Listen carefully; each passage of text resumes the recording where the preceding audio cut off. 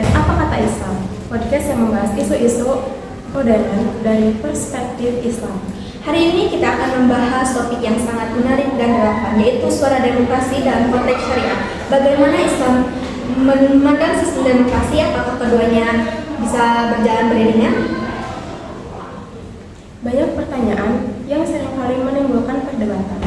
Oleh karena itu, kita mengundang narasumber yang ahli di bidang ini untuk memberikan pencerahan. Ya, betul sekali. Hari ini kita mengundang salah satu guru pendidikan agama Islam, yaitu Bapak Sani. Selamat datang Bapak Sani. Assalamualaikum. Terima kasih sudah mengundang Bapak di podcast apa? Podcast 11E. Halo 11E. Alhamdulillah. Gimana? Sehat? Alhamdulillah sehat. Langsung aja ya Pak. Iya. Jadi banyak yang meramalkan bahwa demokrasi dan syariah itu merupakan dua hal yang mutlak belakang. Bagaimana pandangan Bapak mengenai hal ini? Jadi mengenai tentang demokrasi. Demokrasi itu asalnya dari kalau kita kata demokrasi. Kalau secara Islam lebih tepatnya itu adalah musyawarah. Tapi keduanya antara demokrasi dengan musyawarah itu mempunyai tujuan yang sama. Tujuan yang sama, yang mana tujuannya itu adalah memiliki atau menghasilkan keputusan yang dapat diterima oleh setiap kalangan mayoritas dan kalangan minoritas. Itu namanya demokrasi, dan musyawarah itu sama-sama aja tujuannya bisa. Jadi musyawarah dan demokrasi merupakan dua metode penyelesaian masalah dalam kehidupan dunia yang mengalami perbedaan bahkan sangat berlawanan. Jadi musyawarah itu menghasilkan suatu keputusan yang disebut dengan mufakat. Jadi sedangkan demokrasi menghasilkan suatu keputusan yang disebut penetapan pihak yang memenangkan atas dasar pemilihan. Jadi itu perbedaan demokrasi dengan musyawarah, tapi tujuannya sama-sama. Jadi adapun makna yang terkandung dalam musyawarah, yang pertama, setiap manusia memiliki kedudukan, hak dan kewajiban yang sama. Jadi tidak ada yang membeda-bedakan si A, si B, si C. Jadi semuanya itu sama, gitu ya. Itu musyawarah. Terus yang keduanya, setiap orang tidak boleh memaksakan kehendak kepada orang lainnya. Jadi misalkan si A harus ini, si B harus ini, itu tidak. Jadi harus sama-sama. Nah terus yang ketiganya, setiap orang mengutamakan musyawarah dalam mengambil keputusan untuk kepentingan bersama, jadi bukan hanya kepentingan diri sendiri, tapi itu bersama, harus bareng-bareng. Terus yang keempatnya, makna yang terkandung dalam musyawarah itu setiap orang menghormati dan menjunjung tinggi keputusan yang dicapai sebagai hasil musyawarah. Jadi hak musyawarah itu ada hasilnya yang harus diambil atau diputuskan bersama-sama itu. Jadi kalau si A misalkan sudah memutuskan ini, jadi semuanya itu harus setuju secara musyawarah. Terus selanjutnya, setiap orang mengutamakan kepentingan bersama di atas kepentingan pribadi atau golongan. Jadi intinya jangan saling ego. Misalkan contoh ini, pemilihan KM jangan diputuskan sebelah pihak, tapi harus bersama-sama. Nah, misalkan memilih KM si A, si B, si C, harus memilih secara bersamaan. Jangan langsung ditunjuk si A jadi KM. Harus bermusyawarah dan dari hasil itu bertunjuklah satu KM. Gitu.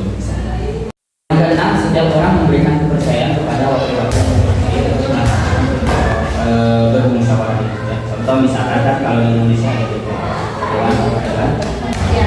Nah, semua rakyat itu diwakilkan oleh orang-orang. Dan ketika ada amanat atau keluhan dari masyarakat, maka disampaikannya ke orang-orang seperti wakil-wakil. Nah, wakil itu harus bisa menyampaikan kepada pimpinan apa yang dirasakan oleh masyarakat di luar sana. Yang misalkan tentang pendidikan, apakah pendidikan kita itu baik atau buruk, nah disampaikan oleh wakil-wakil agar bisa dilakukan. Itu adalah makna yang terkandung dalam musyawarah. Terus kalau misalkan untuk konsep dari demokrasi dan syariahnya bagaimana Pak? Kalau konsep demokrasi dan syariah kita kembali lagi ke pengertian demokrasi ya. Demokrasi itu dari rakyat untuk rakyat untuk kembali lagi ke rakyat, yaitu sistem demokrasi. Tidak sama halnya juga dengan musyawarah ya. Musyawarah juga tidak jauh dengan demokrasi seperti itu sih ya. Jadi demokrasi itu proses seperti itu ya, atau pengertian yang mungkin dan itu lebih ke pengertian seperti itu. Terus apakah prinsip-prinsip demokrasi yang sesuai dengan ajaran Islam bisa Bapak sebutkan beberapa contohnya gitu? Oke, jadi prinsip-prinsip ya musyawarah. Yang pertama ada yang namanya musyawarah atau syura. Nah, Islam mengajarkan pentingnya musyawarah dalam pengambilan keputusan. Jadi dimana kalau kita misalkan ada suatu masalah, jangan diselesaikan dengan cara misalkan rasa gitu ya. Jadi selesaikan masalah itu dengan secara musyawarah. Karena Islam juga tidak suka dengan kekerasan. Misalkan kamu mana ini masalah misalkan keras, jangan sampai melukai yang lain, tapi harus ngobrol lah sebenarnya ayat naon gitu nanti harus ada yang menjadi penengahnya. Jadi jangan bisa mikir seperti itu. Yang kedua, prinsip-prinsip demokrasi sesuai Islam itu yang kedua adalah keadilan ya. Keadilan adalah salah satu inti dari syariat Islamnya, yang mana Allah berfirman dalam Quran surat An-Naml, sesungguhnya Allah menyuruh kami berlaku adil dan berbuat adil.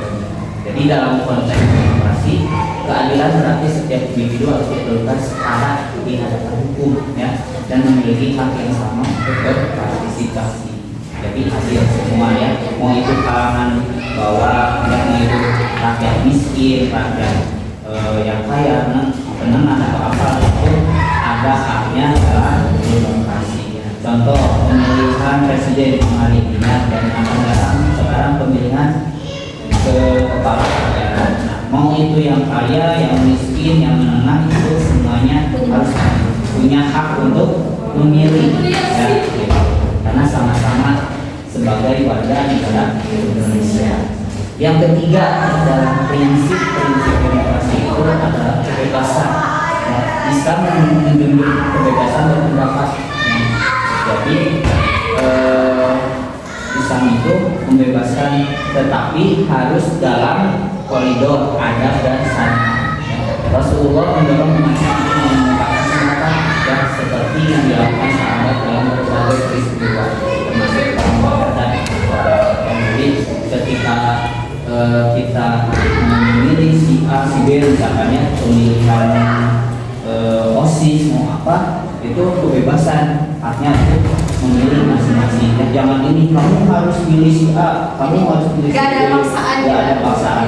Jadi bebas ya, itu tergantung diri sendiri. Apalagi sampai maaf ya disogok, nah, itu kan tidak boleh ya. Banyak ya seperti itu. Nah itu tidak boleh. Jadi kebebasan sok memilih harus siapa, misalkan itu kembali lagi ke dirinya masing-masing. Yang keempat, prinsip-prinsip demokrasi itu ada yang namanya amanah dan jadi pemimpin dalam Islam dipilih berdasarkan kualifikasi dan amanahnya yang diembannya. Jadi seorang pemimpin itu bukan hanya sekedar nunjuk. Karena seorang pemimpin itu harus bisa pertama mencontohkan kepada bawahannya. Yang kedua, bisa memperhatikan bawahannya ya. Apalagi misalkan presiden harus bisa memperhatikan rakyatnya. Terus gubernur harus bisa memperhatikan rakyatnya ya. Jadi pemimpin itu sebetulnya menjadi pemimpin itu berat ya. Karena nanti di akhirat ketika kita menjadi pemimpin akan dipertanggungjawabkan apakah kepemimpinannya bertanggung jawab atau tidak ya. Seperti jangan jauh lah, jangan pemimpin daerah atau presiden, pemimpin keluarga. Nah itu juga berat ya. Laki-laki itu berat karena sebagai pemimpin keluarga ya. Kalau perempuan itu tinggal mengikuti aja dari pemimpin ya. Jadi harus amanah ya, ketika diamanani seorang pemimpin berarti harus dilaksanakan. Itu harus mempunyai amanah dan tanggung jawab. Dan selanjutnya prinsip-prinsip kesetaraan ya. Islam mengakui persamaan manusia di hadapan Allah. Jadi tidak ada si ieu misalkan kulit hitam, si kulit putih, di belakang kulit putih, tidak ada ya. Jadi harus kesetaraan. Nah, ya gitu betul ya. Nah, jadi Rasulullah juga dalam hadis berkata, wahai manusia, sesungguhnya Tuhanmu satu dan hanya satu, tidak ada kelebihan bagi orang Arab atas non Arab kecuali dengan Allah. Jadi tidak ada yang membedakan. Yang membedakan kita adalah amal-amal kita nanti hari ya. Mau itu laki-laki perempuan kan? Kalau dulu ya laki-laki perempuan itu juga beda-beda. Laki-laki itu menguasai daripada perempuan. Tapi kan sekarang mau itu presiden, mau itu wakil presiden, ada perempuan ya. Kalau dulu perempuan sangat di kebelakangkan itu daripada laki-laki. Jadi manusia itu harus jangan ada yang membedakan ya, antara laki-laki perempuan, politika putih dan sebagainya ya. Nah, selanjutnya, bagaimana kita bisa memastikan agar pelaksanaan demokrasi Indonesia tetap selaras dengan nilai syariat? Apa saja tantangannya? Nah, jadi tantangannya yang dihadapi yaitu menjaga keseimbangan antara individu dengan hak kepentingan umum, juga penyalahgunaan kekuasaan dan memastikan keadilan dalam proses pengambilan keputusan. Jadi kita itu harus menjaga ya hak individu, jangan sampai kekuasaan yang menimbulkan misalkan si A harus ini, si B harus ini. Jadi harus kebebasan aja yang tadi ya, yang prinsip demokrasi. Jadi kebebasan itu harus terjalin dengan baik gitu ya. Nah gitu ya. Nah, seringkali muncul kekhawatiran bahwa demokrasi dapat mengarah pada sekularisasi. Bagaimana pandangan Bapak mengenai hal tersebut? Kekhawatiran bahwa demokrasi mengarah pada sekularisasi itu muncul karena demokrasi modern gitu ya.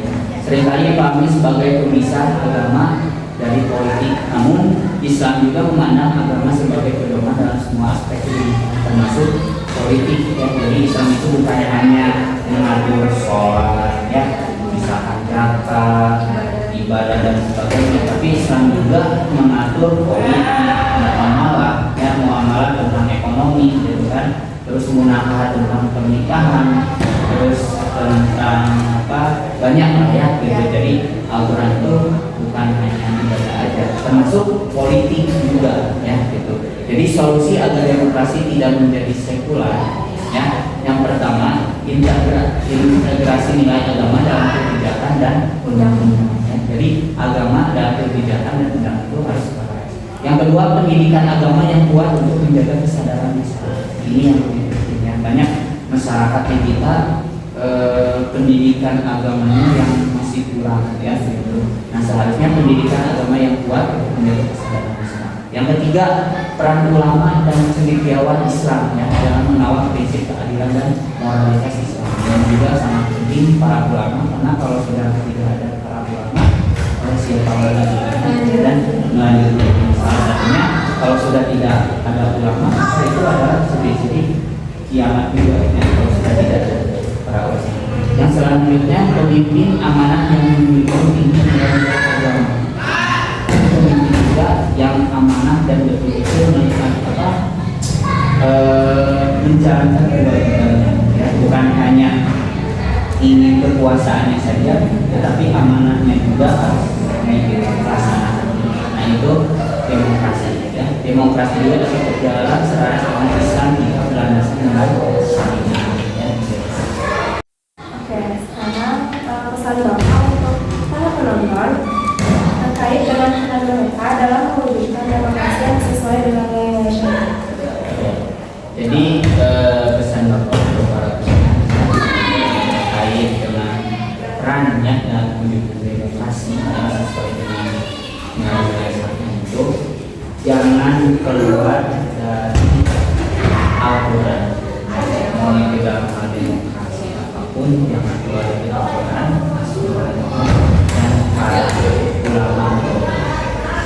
Sering kita bermusyawarah juga, kita wajib untuk mendengarkan saran-saran dari para ulama, para ustaz, intinya jangan keluar dari sana gitu, untuk mendengar semuanya. Ya. Terima kasih banyak Pak Sani atas penjelasannya dan wawasan yang sangat berharga. Penjelasan Bapak telah memberikan pencerahan bagi kita semua juga. Semoga diskusi ini bisa memberikan gambaran yang lebih jelas tentang bagaimana kita bisa menjalankan demokrasi dengan nilai syariah. Ingatlah, demokrasi yang baik adalah demokrasi yang adil, bermartabat, dan menjunjung tinggi nilai-nilai kemanusiaan. Terima kasih semuanya yang sudah menonton. Jangan lupa like dan subscribe.